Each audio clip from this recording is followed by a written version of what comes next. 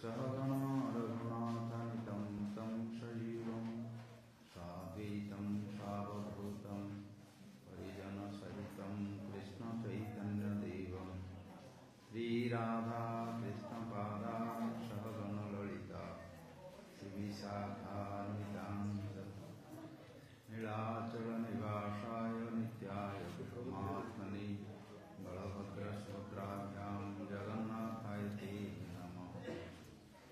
नारायणं नमस्कृत्य नरं चैव नरोत्तमं देवीं सरस्वतीं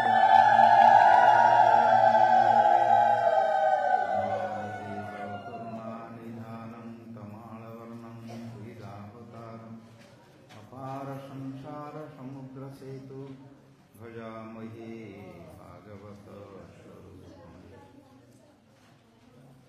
श्री कृष्ण चैतन्य प्रभु नित्यानंद श्री अद्वैत गदाधर श्रीवासादि गौर भक्त वृंद हरे कृष्ण कृष्ण कृष्ण हरे हरे हरे राम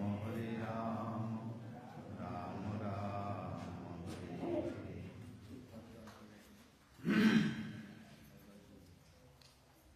सर्वप्रथमे सर्वमंगल स्वरूप सर्वविघ्न विनाशक भगवत स्मृति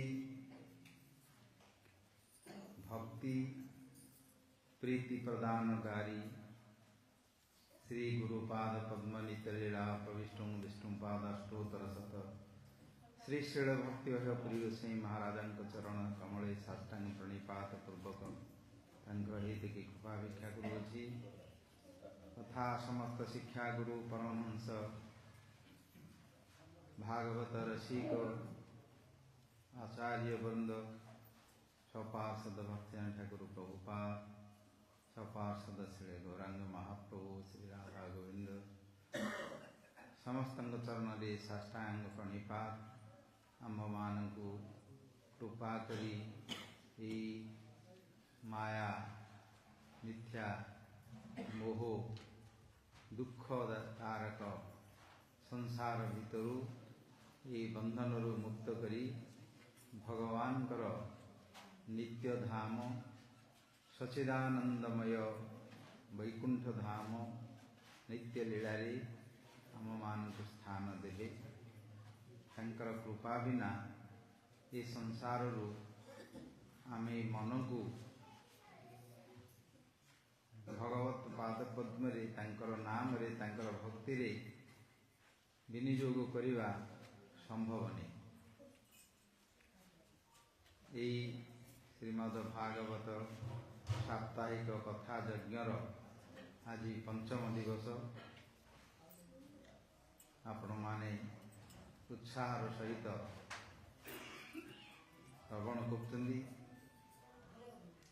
पूर्वे देखाड़ी रे 7 दिन भागवत प्रोग्राम होता बहुत लोक मानकर उत्साह श्रद्धा एवं परिवर्तन 2-4 जन ब्रह्मचारी बाहर के वृंदावन रे मायापुर रे धाम रे सेवा कर मठ रे प्रचार भी कर। जदि उल्टा देखिबा ताहले वर्तमान समाज रे जे प्रकार निशा खाइबा मदिरा पान करिबा हिंसा करिबा एवं आसुरिक गुण वृद्धि करिबा ए सबुते बढ़ी चलती सबुठी जोठी भगवान कथा नहीं आत्मर कथा नहीं भगवान जोठी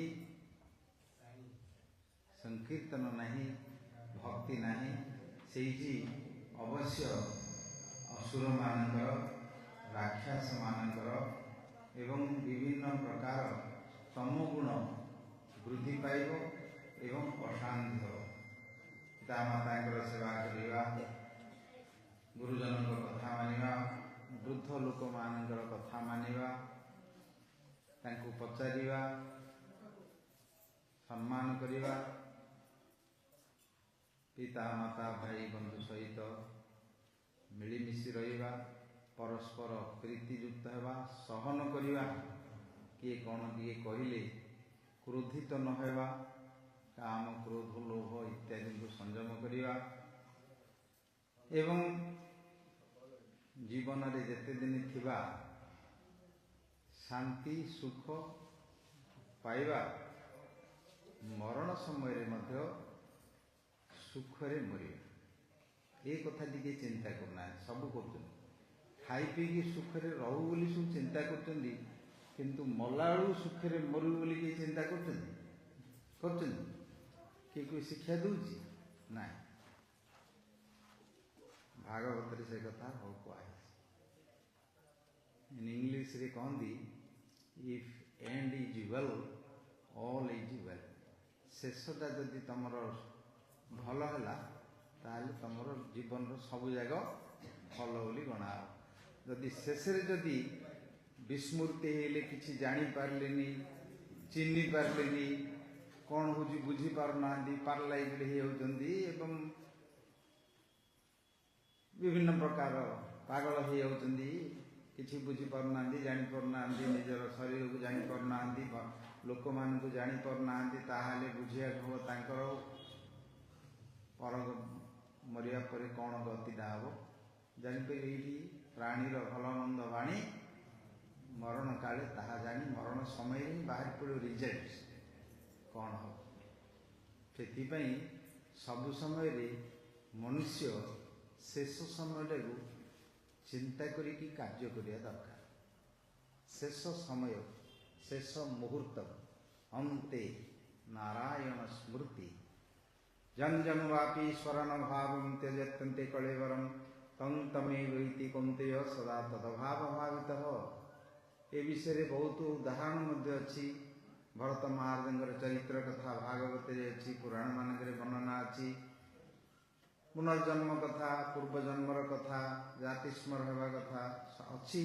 ସମସ୍ତେ ବିଶ୍ୱାସ କରୁଛେ, ସମସ୍ତେ ଜାଣୁଛେ ଏବଂ ମରଣ ଅଛି ବୋଲି ସମସ୍ତେ ଜାଣୁଛେ। ମରିଗଲେ କିଏ ଗୋଟେ ଲୋକଟେ, ତାକୁ ଶ୍ରାଦ୍ଧ କରୁଛେ, ତା ପାଇଁ କର୍ମ କରୁଛେ ଏବଂ ମରିବା ବୋଲି ମଧ୍ୟ ଜାଣିଛେ, କିନ୍ତୁ କେମିତି ସୁଖରେ ମରିବା ସେଇ କଥା କିଏ ଚିନ୍ତା କରୁନାହିଁ। ଚିନ୍ତା କରୁଛନ୍ତି କି? କେଉଁ ନ୍ୟୁଜ୍ରେ କିଏ କହୁଛି ନା କେଉଁଠି ଏଜୁକେସନରେ କିଏ ପଢ଼ଉଛି ନା ବାପା ମାଆ ସେ କଥା ତ ଭୁଲି ଯାଉଛନ୍ତି। ଆଉ ସେ କଥା ଭୁଲି ଯାଉଛନ୍ତି। ସେଇଟା ମଧ୍ୟ ଆମ ଜୀବନର ଗୋଟିଏ ସମୟ ଯେଉଁଟାକି ଆମକୁ ଅବଶ୍ୟ ଭୋଗ କରିବାକୁ ପଡ଼ିବ। ସେଥିପାଇଁ ଭାଗବତରେ ଏଇ ତତ୍ତ୍ୱ ଉପରେ ନେଇ ପ୍ରଶ୍ନ ହେଇଛି, ଉତ୍ତର ମଧ୍ୟ ହେଇଛି, ଉଦାହରଣ ସବୁ ହେଇଛି। କ'ଣ କରିବା, ଆମେ କ'ଣ କଲେ ଶେଷ ସମୟରେ ଭଗବାନଙ୍କର ସ୍ମରଣ ହେବ। ଭଗବାନଙ୍କର ସ୍ମରଣ ହେଲେ ତାଙ୍କର ସୃଷ୍ଟି ମଧ୍ୟ ସ୍ମରଣ ହେବ। ତାଙ୍କ ସୃଷ୍ଟି ଭିତରେ ଆମର ପରିବାର ମଧ୍ୟ ଅଛି, ସ୍ମରଣ ହେବ।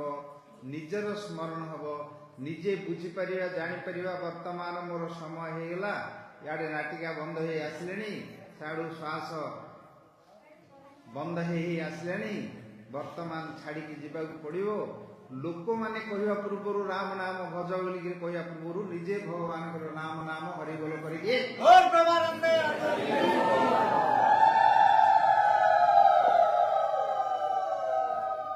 एतावान् सांख्य जोगादिभिः स्वधर्म परिनिष्ठया जन्म लाभ परम पुंसामन्ते नारायण स्मृति।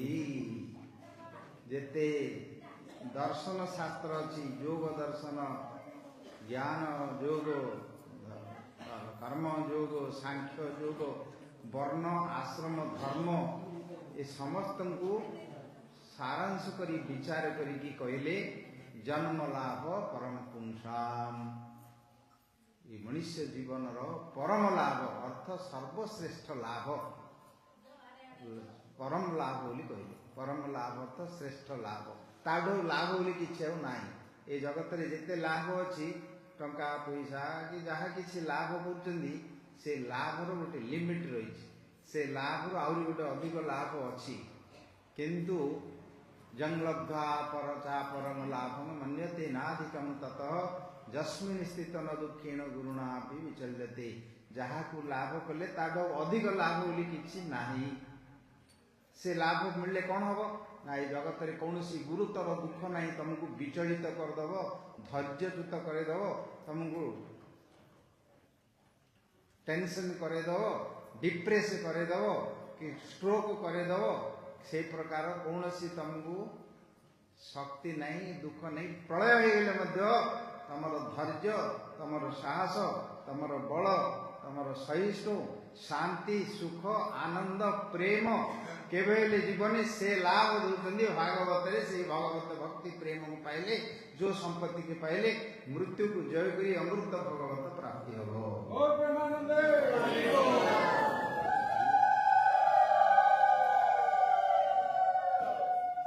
ये कथा समस्ते मनुष्य माने शुणा दरकार जदि न शुणे ताहले आत्महत्या करी मरिबे मद खाई आत्महत्या करी मरंतु गंजेई खाई मरंतु हिरोइन खाई मरंतु दौड़ी देकर मरंतु निआरे पेट्रोल पकईकि देह मरंतु नकले शेष बेलू कहे मु मले कि चिंतार मुक्ति पाइबी कह बुझे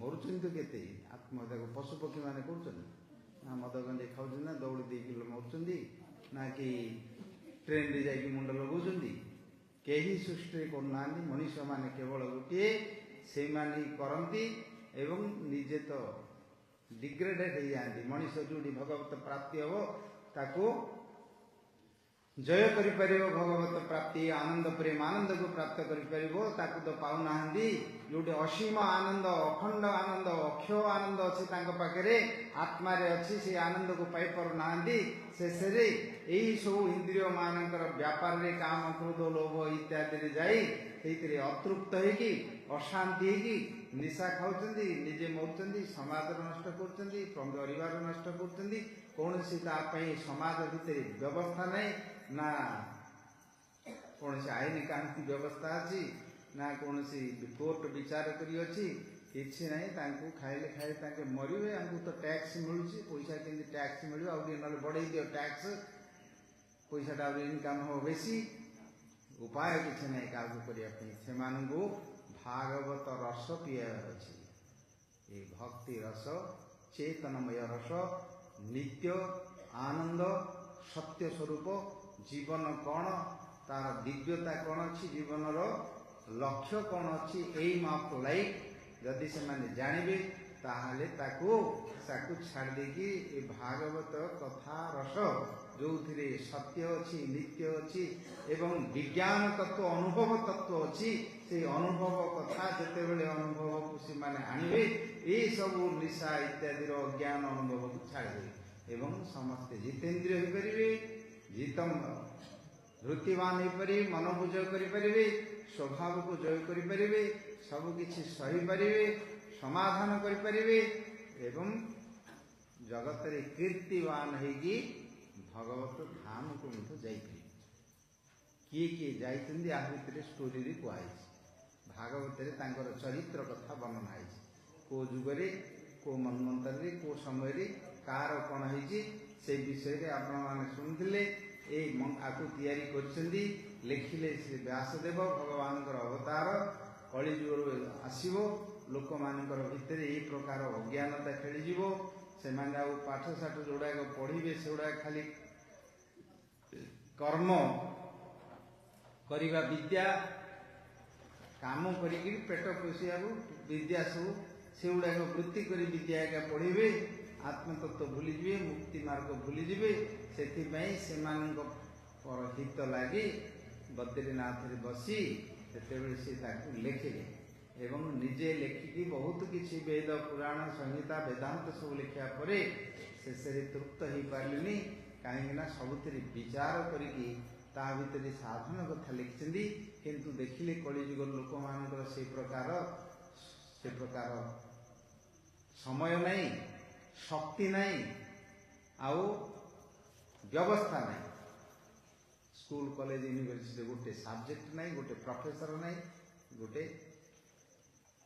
परीक्षा ना एते बड़ आम देशर थाई अन्य देश किसी न थाई तांकर एजुकेशन डिपार्टमेंट सब अच्छे एते थाई कि किसी शिक्षा ना से पढ़ो जा पीएचडी करी डॉक्टरेट करी प्रोफेसर कर विषय किसी जान तो भागवत कहले जो माने आत्मा को जानी ना देहटा को मु बोली भावुंट से होती मूर्ख।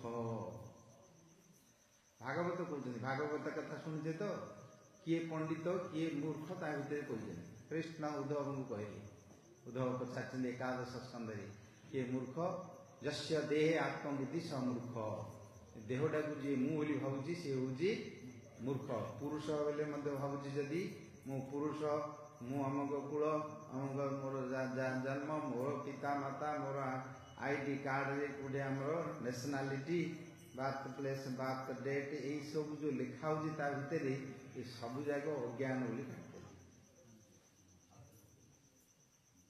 ताहले पंडित किए से ना पंडित बंध मुख्य भी आत्मा किंदी माया संसार रे आसिकी प्रवेश होउची एवं काल चक्र प्रभाव रे प्रकृति रे केमदी बुलुची गोटे पुरुष स्त्री शरीर को जाउची जेमती आम भावुचे आम माँ गर्भर जन्म हेले आमर जन्म होउची आम भावुचे किंतु माँ गर्भ सिना 9 मास 10 मास रहिले ता पूर्व पुरुष देह बापा शरीर रहिले केते दिन क्या जना नहीं पारा तांको देह को गले केमती आमको जना नहीं जी जानिला ये विद्या सी है पंडित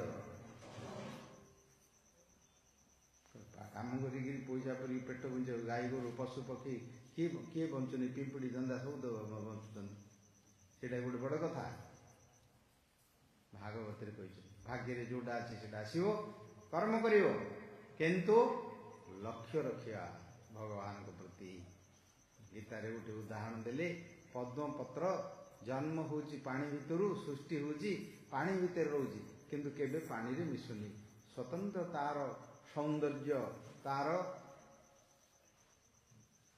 तार सुगंध तार कलर तार रंग तार भितर प्रकाश करी रोची जदि मूल को छाड़देव कटिगला सांगे सांगे से पानी रे गंध पुचिया हो दुर्गंध हो भगवान को जदि छाड़िया ताले संसार भितर आमको से प्रकार अवस्था हम जो बापा माँ भाई बंधु पुओ झी देश समाज भितर रही कर शेष हो शेष हो स्वतंत्र आमर स्वाधीन चेतना को आमर बुद्धि को ज्ञान विचार विवेक शक्ति को स्वतंत्र भाव में रखी सबकि समाधान करवा एवं मृत्यु तो अवश्यंभावी आसो बुढ़ा जिते बड़े गोड़ हाथ काटुची जॉइंट पेन हो बाल पाचुची ताले जानी जाऊ पड़ो जे मृत्यु वर्तमान मो निकट को आसूची ताको छाड़ दे बाड़ कला टी लगे हम हाँ केते औषध खाई इंजेक्शन खाइबे हम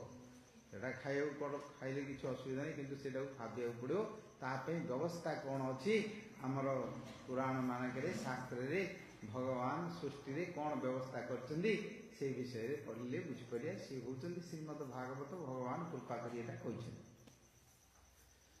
जस्याभि श्रियमाणानां कृष्णे परम पुरुषे भक्ति उत्पद्यते साक्षात शोक मोह भयापहा जहाँ को शुणिला मात्रे व्यासदेव निजे लिखुचंदी तांकर महात्म्य रे इदं भागवतं नाम पुराणं ब्रह्म संहितम उत्तम श्लोक चरितम चकार भगवान ऋषि कहले यही भागवत नाम जो पुराण एटा हूँ ब्रह्म संहितम जोड़ा वेदांत यथार्थ ब्रह्म जिज्ञासा बोली कहले जत बा इमानी भूतानि जायन्ते जेन जातानि जीवन्ति जेन अभिनविशन्ति उपनिषद रे कहले जोटी समस्त जगत जन्म होकर आसिकी भितर पुणी रहुची एवं शेष प्रलय रे जाइकी तांको भितर पुणी लीन होउची सेई तथैव ब्रह्म तदैव जिज्ञास सेई ब्रह्म वस्तु परम ब्रह्म वस्तु सेई वस्तु ब्रह्म तार विषय रे तांको एठी सब कहा जाइछि वेदांत वाक्य को उद्धार करी कहले ब्रह्म संहितम एवं उत्तम श्लोक चरितम खाली ब्रह्म निर्विकार ब्रह्म नहीं निर्विशेष ब्रह्म नहीं से होचंदी परम ब्रह्म तांकर नाम तांकर रूप तांकर गुण तांकर लीला तांकर चरित्र सबू एइथिरे बना है किए भगवान निराकार बोली कहउचंदी तांकर आकार नहीं तांकर रूप नहीं तांकर गुण नहीं जदि सृष्टिकर्तांकर गुण नहीं कि रूप नहीं कि सौंदर्य नहीं बल नहीं किछि नहीं ताहले तम पाखे आसला कोडू तमे तो तांको सृष्ट तमु सृष्टि करचंदी तांको पाखे जदि नाही तम पाखे आइला केमती गाँ गंडारे बोलिकी केते सब धर्म करिकी प्रचार करी कहते भगवान तो आकार नहीं तांकर तो गुण नहीं तांकर तो शून्य शून्य महाशून्य इमती सब कहते कहीं ना तांको एमाने जानीपारे तांको एमाने संसार भितर ना निज मुहटा को तो देखी पारना आज पर्यटन किए देखिनी कार नाकुटा केमती आखिटा केमती मुहटा केमती किए देखी किए देखिनी जा देखुं दर्पणटा दर्पणटा कौन थे कौन प्रकृत तार सत दर्पणटा लंबा होते लंबा देखा चका होते चका देखा कला हो लेखाचूड़ा कला देखा आज पर्यंत किए निजर मुहटा को देखी ता भितर आ कौन अच्छे देखियो कि ता भितर किए अच्छे जान कि जापर उपाय नहीं किसी भगवान जी सृष्टिकर्ता से तैयारी कर केवल गोटे रास्ता देते कानटी शुणिकी तुम जापर आखिरी देखिपार मनीष जन्म होगा परे से कान द्वारा का सब ज्ञान आहरण कर आखि द्वारा नहीं अन्य मानकर अच्छी पशुपक्षी मानकर बिले पिलाटी हो कुकुर पिलाटी हो देखो जदि सी निआटे अच्छे सी जीवनी मनीष पिलाटी की छाड़ से निआटे जाकि पोड़ी सी मरज से छात उपरू छाड़ छातु गड़ी मनीष पिलाटा पोड़ बिले कुकुर पोड़ औषध तांगे शुंगी खाई दूसरी खाद्य खाई दूसरी सब मनीष जन्मरू किसी ज्ञान नहीं था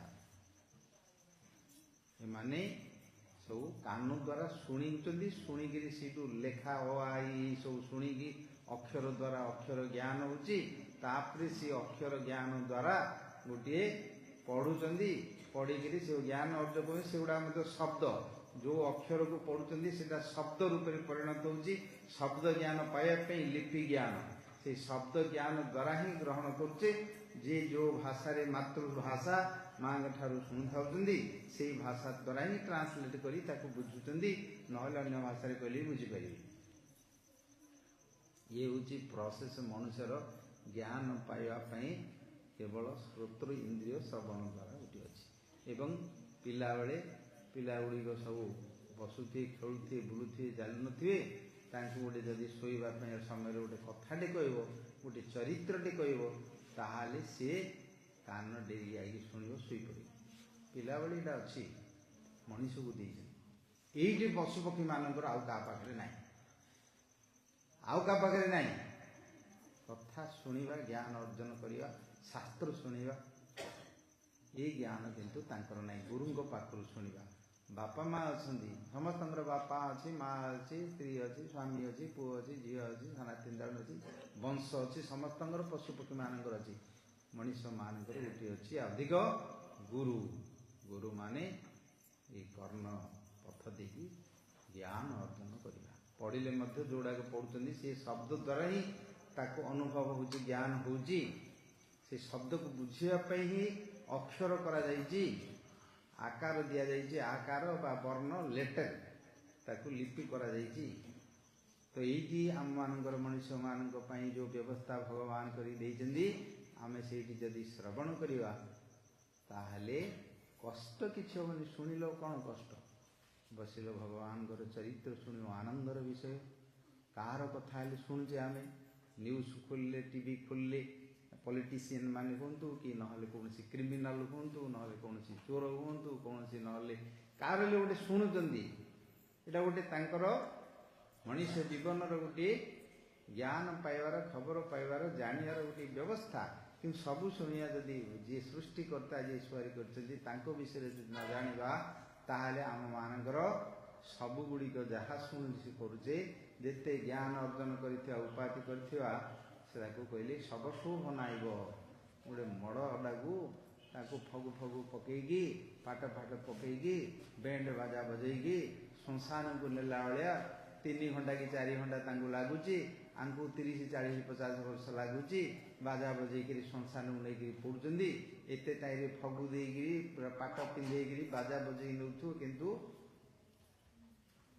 जीवन अच्छी किए छुईबे समस्त अशौच जा गाधटा देखिए आस बोली कहे अशौच तो सेमती जीवनटा हो भागवत कहते अक्रूर जिते भगवान स्तुति कले प्रभु आपण को न जानी पारिकी इस जीवन भितर जेते सब कला कौशल विद्या तांकर बल आउ कीर्ति जहा किछि करंती ए सब शोभनावली तांकर सब गुड़िक सब शोभनावली देखा जाए सब तो जीवन नथिओ आ मड़ शरीरटा को ताकू नहीं केते शोभा कले कौन हम तार मूल्य किसी ना ना थिबा लोक जी सी तो अनुभव किसी करुच्ची कि मढ़टा तमें पाट पिंधेल कि स्ने सेंट पकेल कि फूलमाल गदा गदा पकेल ना सी अनुभव कर जानूची आ जो जगह अनुभव कर पकई दौरान सीना ताऊपर फूलमाड़ी किंतु गाधे आई आउे समस्त कि परिष्कार हो शौच हो कहते नहीं किंतु बैंड फैंड बजेगी नहीं जाता बचेगी यही प्रकार जीवन यात्रा बोली कहले उदाहरण देले भगवान चरित्र कथा शुणा भगवान अनुग्रह करी लोक ए जगत को आसी चरित्र तैयारी कर आम मानक भली जन्म है चरित्र रे कौन अच्छी ना दुख अच्छे ए पिलाने बस पाटी कर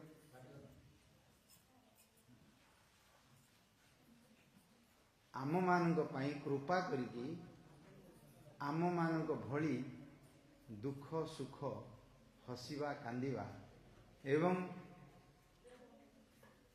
जन्म मृत्यु जरा व्याधि जिन आम मानकर समाज भितर निंदा अपमान प्रशंसा विविध सबू जहा किछि करुचे भगवान से प्रकार ये अवतीर्ण है कि से प्रकार करिचंदी काहेकि ना मनुष्य माने सेठी को शुणिबे एवं तांको भल लागिबो आकर्षण हेबे एवं ए माया भितरु से माने सुखरे आनंदरे शुणी शुणिकी मुक्ति पाइकी जिबे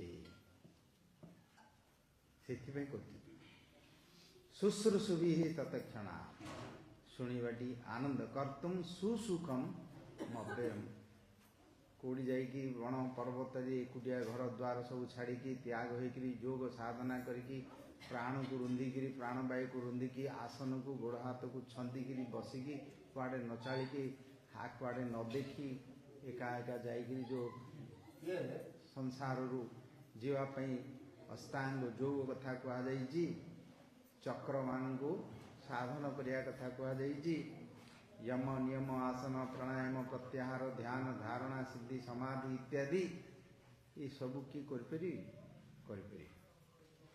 पूर्व जुगरे सत्य जुगरे ये जगह सब थिला बहुत तांकर आयुष थिला हजार हजार वर्ष बंचुले से माने सब करिपरथिले ए कली जुगर लोक मानकर आयुष नहीं एवं सब समय रे तांकर उद्विग्न व्यस्त जीवन ता भितर कौन करि सेथिपई भगवान स्वयं वांगमय अवतार रूपरे चरित्र रूपरे प्रकट होगले अनुग्रहाय भूतानां मानुष्य देहमाश्रित भजते तादृशी क्रीड़ा जाश्रुता तत्परो भवे अनुग्रहाय भूतानां अनुग्रह करिकी मानुष्य देहम आश्रित मनुष्य रूपरे प्रकट होगी मनुष्य उचित भली कार्य करिकी जहाँ को शुणिले तत्परो भवे संसार रु मायारू स्वतः उद्धार होगी पलैब मन तांको प्रति आकर्षिक पलैब सत मायारू उद्धार होगी पलैब शुश्रूषुभि शुणिला मात्रिक हम किमि हम ता मन को जाइए सी कार्य करे से शब्दर प्रभाव इमती अच्छी सी जाइए बुद्धि को परिवर्तन करियो मन को परिवर्तन करियो स्मृति को परिवर्तन करिवो ता भितरे जो काम क्रोध लोभ द्वेष हिंसा इत्यादि सब रही परिष्कार करिवो परिष्कार करी विद्यते हृदय ग्रंथि छिद्यते सर्व संशया क्षीयते चाष्य कर्माणि दुष्ट एव आत्मनिशरे आमर पूर्व पूर्वर जो सब कर्म अच्छी से कर्म बंधन जो रही आम मानकर आशा रही कामना रही मोर एटा करी एटा हम प्रोजेक्ट तैयारी करछि अम करछि सम करछि कामना करी दिन पड़ोची जिंदगी जब तक बचेगी कभी नहीं छूटेंगे कभी नहीं छुट्टी मिलेंगे काम से कुछ समय से निकालो और प्रेम करो राम से जिते दिन जाक बंची थो केबेले काम तुमको छुट्टी दबनी जे आज तुम काम नाई अच्छी गोटे काम के अच्छी कि छुट्टी दब कि तुम काम नाई कार अच्छी जे नाई मरीगला काम सब थी तार तैयारी करी स्टोर करी प्रोजेक्ट कर रखी तो आउ थे जन्म हेले कि मर आउ थे जन्म होगी आउ थे से काम करी भावी तैयारी रखी था सब पैसा पत्र सब बैंक फैंक रखी था केते कौन कर सब कर ये जो रहस्य अच्छी आ भितर गोपनीयता अच्छी ये भागवत विद्यते हृदय ग्रंथि ताकू से ग्रंथि पड़ी जो रही लेयर पड़ी पड़ी रही भेद करी जमी ब्लास्ट करे दो बुझल भेद कर भेद्यते हृदय ग्रंथि छिद्यते सर्व संशया जेते अज्ञान अच्छी जानापी जेते विषय अच्छी से समस्त संशय को छेदन करदे कौन सी सन्देह नहीं जहाँ इच्छा जानापी चाहब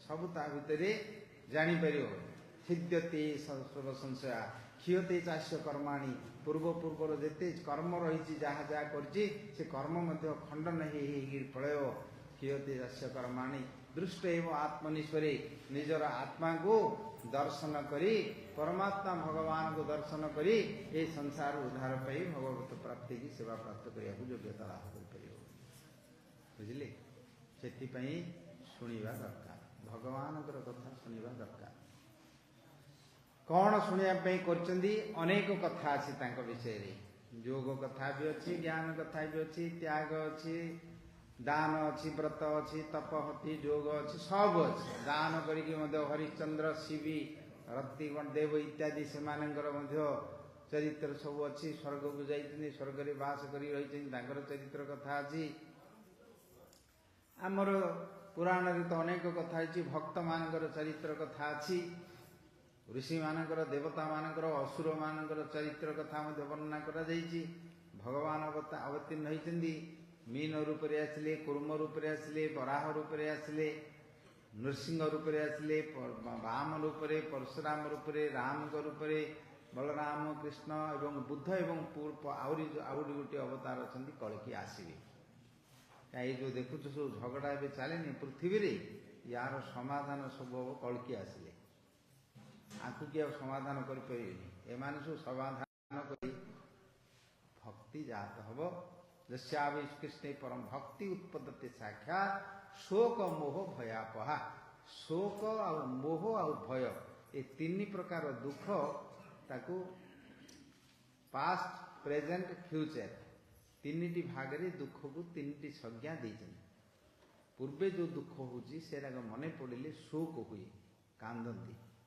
वर्तमान जो दुखटा होची से बुद्धि मोहित हो जाउची ज्ञान मोहित हो जाउची कौन करी किसी बुझी पारुनी जानी पारुनी मोह पाई जाए अज्ञानता हो जाए भविष्य जो दुख आसो तापई भय कर ये तीन दुखर अवस्था ये तीन जाक चलीज जहाँ श्रवण कले तो कृष्णकर लीला कथा मैंने शुणुवे जानी टेलीविजन सब देखुता सिनेमा देखुं महाभारत देखुले केते सब देखुं जानुं किंतु तत्व भाव में जानापी हेले आमको भक्त मान मुखर साधु मान मुखर शुणा पड़ो एगुड़ा सब इनफर्मेशन सब जानी दौरान कर किंतु हृदय परिवर्तन हेनी किंबा कर्म खंडन हेनी साधु मानकर मुखर शतांग प्रसंगान बीज संविद कहले भागवत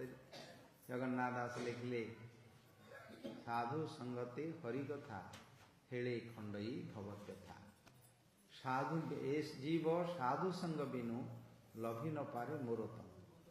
ଏ ସାଧୁ ସଙ୍ଗ ନହେଲେ ମୋତେ ସେ ପ୍ରାପ୍ତ କରିପାରିବେନି କିମ୍ବା ସଂସାରରୁ ମୁକ୍ତି ହେଇପାରିବେନି। ଯେଉଁମାନେ ସାଧକ, ସାଧୁ କ'ଣ?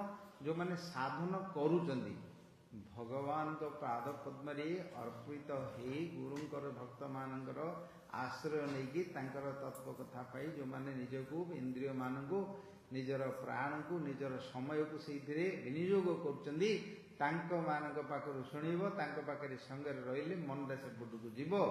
ଯାହା ପାଖରେ ରହିବ ସଙ୍ଗ ଯଦି ତାହେଲେ ସିଆଡ଼େ ଯିବ। ପଇସା ଲୋକମାନଙ୍କ ପାଖରେ, ଧନୀ ଲୋକମାନଙ୍କ ପାଖରେ ଗଲେ କେମିତି କ'ଣ କଲେ ପଇସା ମିଳିବ ତାଙ୍କେ କହିବେ ଏବଂ ତାଙ୍କ କଥା ଶୁଣିବ ଏବଂ ସେ ପ୍ରକାର ମନ ସେ ପ୍ରକାର ଯିବ ସେଇଠିକି। ଯିଏ ଯେଉଁ ସଙ୍ଗରେ ପଡ଼ିବ ସେ ସଙ୍ଗକୁ ଯିବ। ସାଧୁମାନଙ୍କ ପାଖକୁ ଆସିଲେ ଭଗବତ ପ୍ରାପ୍ତି ହେବ। ଭଗବାନଙ୍କର ପ୍ରତି, ଆତ୍ମା ପ୍ରତି, ଧର୍ମ ପ୍ରତି ସେ ଜାଣିପାରିବ, କରିପାରିବ। ତା ଛଡ଼ା ଅନ୍ୟ କୌଣସି ଉପାୟ ନାହିଁ। ସାଧୁ ସଙ୍ଗ ଅର୍ଥ ଆମେ ସାଧୁ ବୋଲି କହିଲେ ଅନେକ ପ୍ରକାର ଆମ ଜଗତ ଭିତରେ ସାଧୁ କଥା ଅଛି। ଗାଁ ଗାଁରେ ଆମମାନଙ୍କର ସାଧୁ ଅଛନ୍ତି। ଦେଖିଲେ ମୋତେ ଜଣେ କହିଲେ, ଆଜ୍ଞା ଆପଣ ବାବାଜୀ ହେଇଛନ୍ତି କେମିତି, ଯିଏ ଖାଉନାହାନ୍ତି କେମିତି ବୋଲି ମୋତେ ପଚାରିଲେ ବର୍ତ୍ତମାନ। ବୁଝିଲେ, ଆମର ଏଇ ପାଖରେ ଗୋଟେ ପ୍ରୋଗ୍ରାମ ହେଇଥିଲା, ବହୁ ବର୍ଷ ହେଇଗଲାଣି, 20-25 ବର୍ଷ ହେଇଯିବଣି। ବୁଝିଲେ, ହଁ ବଡ଼ ବଡ଼ ଭଲ ଭଲ ଆର୍ଟିଷ୍ଟ ମାନେ ସବୁ ଖାଉଛନ୍ତି। ଭାଗବତ ଟୁଙ୍ଗି ଅଛି, ଭାଗବତ ଗାଦି ହେଇଛି। ଭାଗବତ ଗାଦି ଟୁଙ୍ଗି ମାନେ ଯୋଡ଼େ ତିନିଟା ଚିଲମ ଥିବାର ଅଛି। ଯୋଡ଼େ ତିନିଟା ମାନେ ଯେତେବେଳେ ବେଶୀ ଆଇଯିବେ ସେତେବେଳେ ବଡ଼ୁଟାରେ ପକାଇବାର ଅଛି। ଆଉ ଯେଉଁଟା ଟିକେ କମ୍ ଥିବ ବୋଲି ଟିକେ ଆଉ ଟିକେ କମ୍ ମଝିଆଟାରେ ପକାଇବ, ଆଉ ଟିକେ ବେଶୀ କମ୍ ଥିଲେ ଟିକେ ଛୋଟଟାରେ ପକାଇବେ। ଏଇଟା ଗୋଟେ ତାଙ୍କେ ଭାବୁଛନ୍ତି ଏଇଟା ହିଁ ତ ପାଇବାର ଉପାୟ। ଭାଗବତର ଅର୍ଥ ହେଉଛି ଏ ଚିଲମ ରାସ୍ତା ଦେଇକିରି ଯିବ, କୋଉଠିକି ଯିବ ସେ କଥା ତ ଶ୍ୱାସ ଫ୍ୱାସ ଖରାପ ହେବ, ଫୁସ୍ ଫୁସ୍ ଖରାପ ହେଲେ ଯାଇକି ଡାକ୍ତର ପାଖରେ ପଡ଼ିବ, ପଇସା ନଦେଲେ ଘରୁ କଞ୍ଚା ତାଟିଆ ବିକି ଆଣି ଖାଇବ, ନାଇଁ? ଏଇଟାକୁ ଭାବନ୍ତି ଏଇଟା ହିଁ ଗୋଟେ ମାଧ୍ୟମ। ଏହି ପ୍ରକାର ଆମମାନଙ୍କର କାଳକ୍ରମେ କୁସଂସ୍କାର ହେଇ ପଳେଇ ଆସିଛି। କୁସଂସ୍କାର ଏବଂ ଭଗବତ ଦିଗକୁ, ଧର୍ମ ଦିଗକୁ, ଭଗବାନଙ୍କୁ ପାଇବା ପାଇଁ ଲୋକମାନେ ଯାଇ ଏହି ପ୍ରକାର କଳିର ଯେଉଁ ନିଶା ଅଛି, ଅଜ୍ଞାନତା, ସେଇଥିରେ ପଡ଼ିଯାଆନ୍ତି। ଗାତରେ ଠପ କରି ପଡ଼ିଲା ଭଳି ସେଇଥିରେ ପଡ଼ିଯାଆନ୍ତି। ଆଉ କିଏ ଭାଗବତ କଥା କ'ଣ ଶୁଣିବ କି? ଶୁଣିବ? ସେ ତିନିନାଥ ମେଳା ଗୋଟେ ଆମର ଏଇଠି ଗୋଟେ ଅଛି। ହିନ୍ଦୁ ଧର୍ମରେ ବଡ଼ ଭଗବାନ ହେଉଛନ୍ତି 3 ଜଣ, ବ୍ରହ୍ମା ବିଷ୍ଣୁ ମହେଶ୍ୱର। 3 ଜଣଙ୍କୁ ଆଣିକିରି ଗଛ ଉପରେ, ବରଗଛ ଉପରେ ବସେଇଦେଲା। ତା ଉପରୁ କହିଲା ବ୍ରାହ୍ମଣ, ତା ଭିତରେ ସବୁ ତ ଜାଣିବା ଲୋକ, ପଣ୍ଡିତ, କାମ କରିବା ଲୋକ। ତା ଗାଈଟା ପଳେଇଲା, ତାକୁ ଖୋଜି ଖୋଜି ଗଲା, କୁଆଡ଼େ ମିଳୁନି। ଆଉ ବ୍ରହ୍ମା ବିଷ୍ଣୁ ମହେଶ୍ୱର କହିଲେ ଯେ ସେ ତୋର ଗାଈଟା ମିଳୁନି, ଖୋଜି ଖୋଜିକି ଯା ସେଠୁ ବିଣା ଚେରଟା ଗୋଟେ ଉପଡ଼ା, ତାହିଁରୁ 3 ପଇସା ମିଳିବ। ଗୋଟାକରେ ଗଞ୍ଜେଇ, ଆଉ ଗୋଟାକରେ ତେଲ ଦୀପ ଲଗାଇବୁ, ଆଉ ଗୋଟାକରେ ଟିକେ ଚାଟ ଫାଟ ଟିକେ ହେବ, ଟିକେ ଭୋଗ କରିବ। ତିନିନାଥ ବୋଲିବ, ଗଞ୍ଜାଇରେ ଅଗ୍ନି ଲଗେଇବ।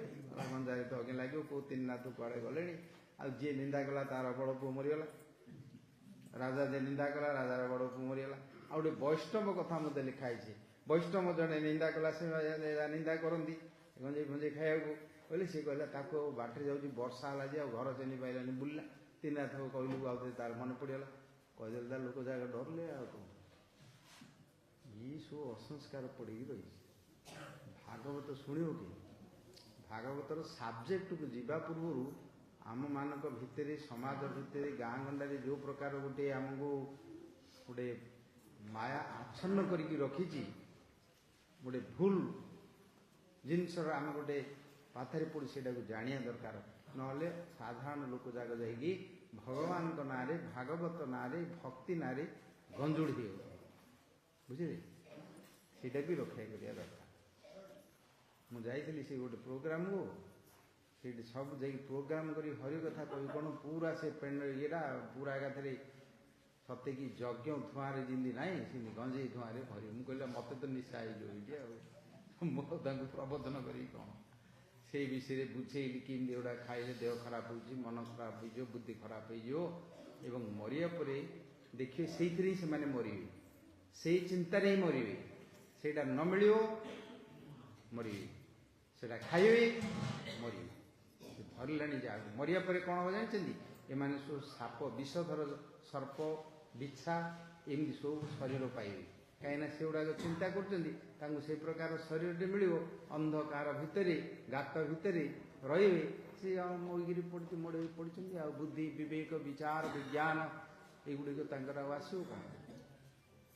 ମୁଁ ଯେତେବେଳେ ବୁଝେଇଲି ମୋତେ କହିଲେ, ତା ପରଦିନ ମୋ ପାଖକୁ ଆସିଲେ ଗୋଟେ ନଡ଼ିଆଟେ ଧରିକି ଲୁଗାଟେ ଧରିକି ମେଲାଣି ଦେବା ପାଇଁ ଆଇବେ, ଆସିକି ଦେଇ କହିଲେ, ଆଜ୍ଞା ଆପଣ ବାବାଜୀ ହେଇଛନ୍ତି, ଗଞ୍ଜେଇ କେମିତି ଖାଉନାହାନ୍ତି? ମୋତେ ପଚାରୁଛନ୍ତି।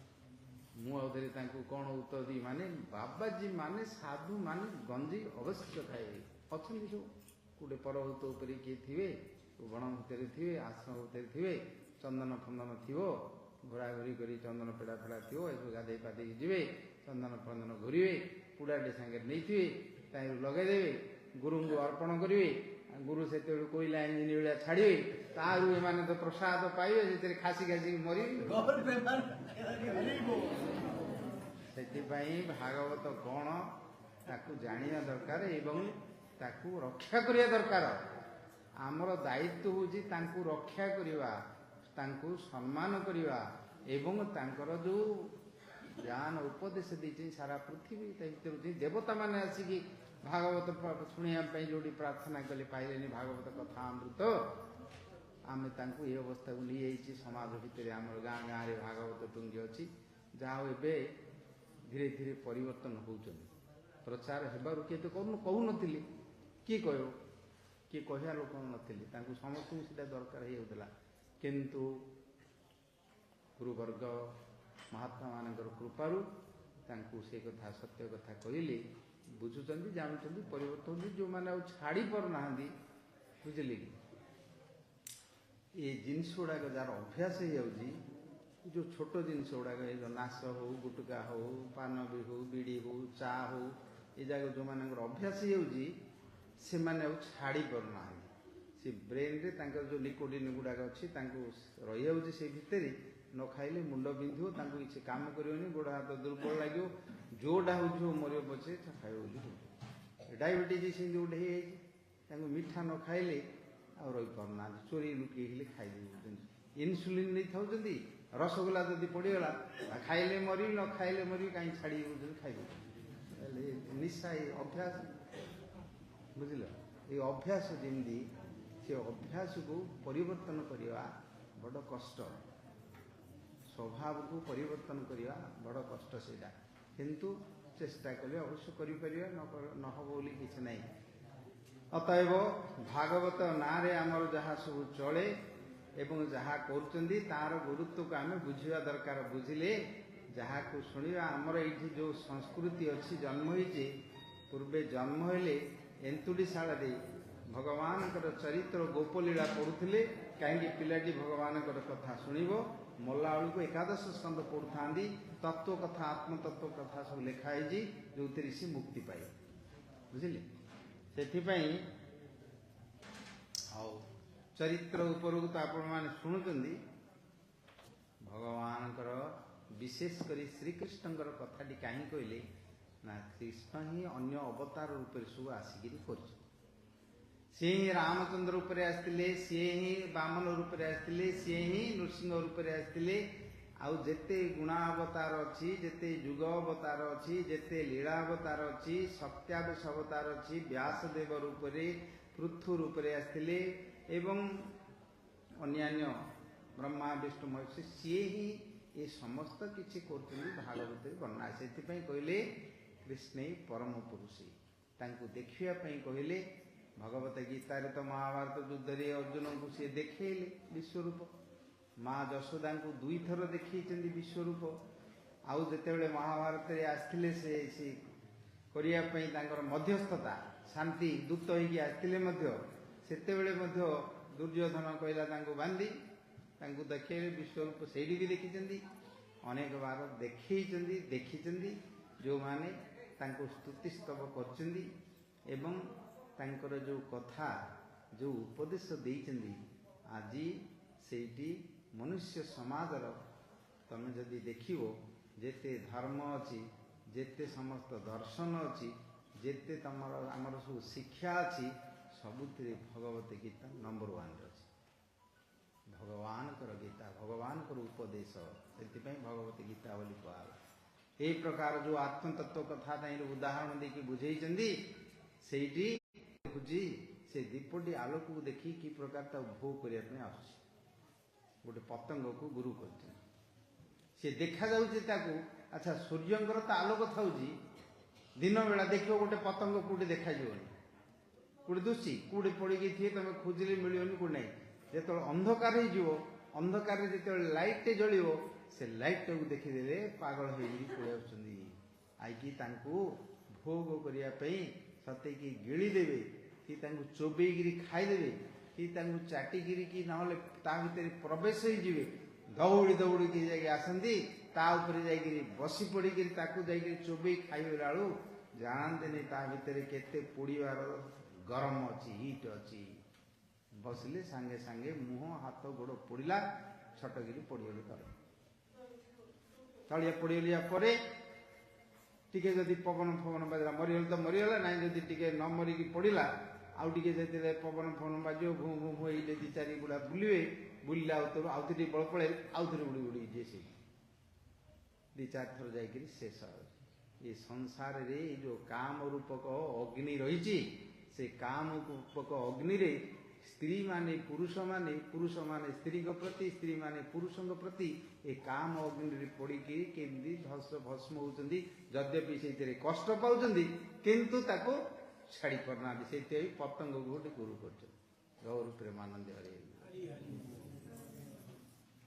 ଆଉ ଧନୀ ଲୋକମାନଙ୍କୁ ଗୋଟେ ଗୁରୁ କରୁଛନ୍ତି, ମହୁମାଛିକି। ମହୁ ଦେଖିବ ଦିନ ରାତି, ବୁଝିଲ। ହାତୀକି ଗୋଟେ ଗୁରୁ କରୁଛନ୍ତି, ବଣୁଆ ହାତୀ, ସେ ବଣରେ ରହିବା ଲୋକ, ତାକୁ କେମିତି ଆଗେ ବଶ୍ୟ କରିଦେଉଛନ୍ତି। ଗୋଟେ ମାଇ ହାତୀରେ ପଠାଉଛନ୍ତି, ତାକୁ ଲୋଭ କରି ସେ ପଳେଇଲେ, ଗୋଟେ ଗାତ ଖୋଳିଥାଉଛନ୍ତି, ସେ ଗାତରେ ସେ ପଡ଼ିଯାଉଛି। ପଡ଼ିଗଲା ଭିତରୁ ଆଉ କ'ଣ କରିବ, ଉଠି ପାରୁନି, ଖାଇବାକୁ ତାକୁ ମିଳୁନି, କେତେଦିନ ରଡ଼ି କରୁଛି। ସେତେବେଳେ କିଛି ନହେବ, ଦୁର୍ବଳ ପୁରା ହେଇଯିବ, ତାକୁ ଗଣ୍ଡେ ଗଣ୍ଡେ ଖାଇବାକୁ ଦେବେ। ଏଡ଼େ ବଡ଼ ଜନ୍ତା ହାତୀ ଦେଖିଲେ ମଣିଷକୁ ମାରିଦେବ, ତାକୁ ଶେଷରେ ଆଣିକିରି ମୂଷାଳିଆ ତାକୁ କେମିତି ବ୍ୟବହାର କରୁଛନ୍ତି। ଇଆଡ଼େ ଯାଅ ବୋଲି ଇଆଡ଼େ ଯାଉଛି, ସିଆଡ଼େ ଯାଅ ବୋଲି ଯାଉଛି, ତାକୁ ଧରିକିରି ଆଗେ ଖେଳୁଛନ୍ତି। ଏତେ ବଡ଼ ହାତୀ, ଏତେ ବଡ଼ ବଳବାନ, କିନ୍ତୁ ଏଇ ଯେଉଁ ଖାଇବାର ଲାଳସା, ସ୍ପର୍ଶ ଇନ୍ଦ୍ରିୟ ତା ଭିତରେ କେମିତି ବଶ୍ୟ ହେଇଯାଉଛି। ମଣିଷର ମଧ୍ୟ ଇନ୍ଦ୍ରିୟମାନଙ୍କର ବଶ୍ୟ କେମିତି ହେଇଯିବ। କେତେ ଉପଦେଶ ବିଜ୍ଞାନ କଥା ଲେଖିଛନ୍ତି, ଅସ୍ତୁ ଉପଦେଶ ଦେଇଛନ୍ତି। ତାଙ୍କର ଲୀଳା ଚରିତ୍ର କଥା ଶୁଣିବେ। ଶ୍ରୀକୃଷ୍ଣଙ୍କର ଚରିତ୍ର ଏହି ପ୍ରକାର, ସେ ଗୋଟିଏ ସମୟରେ ଦେଖିବ, ସେ ଜଣେ କିଛି ଜାଣିନାହାନ୍ତି, ଜଣେ ଦୁର୍ବଳ ଶିଶୁ, ବାଳକ, ଅଜ୍ଞାନୀ, ଏମିତିରେ ଦେଖିବ ମଣିଷ ଭଳିଆ ଭଳି ସେମିତି ଥାଉଛନ୍ତି।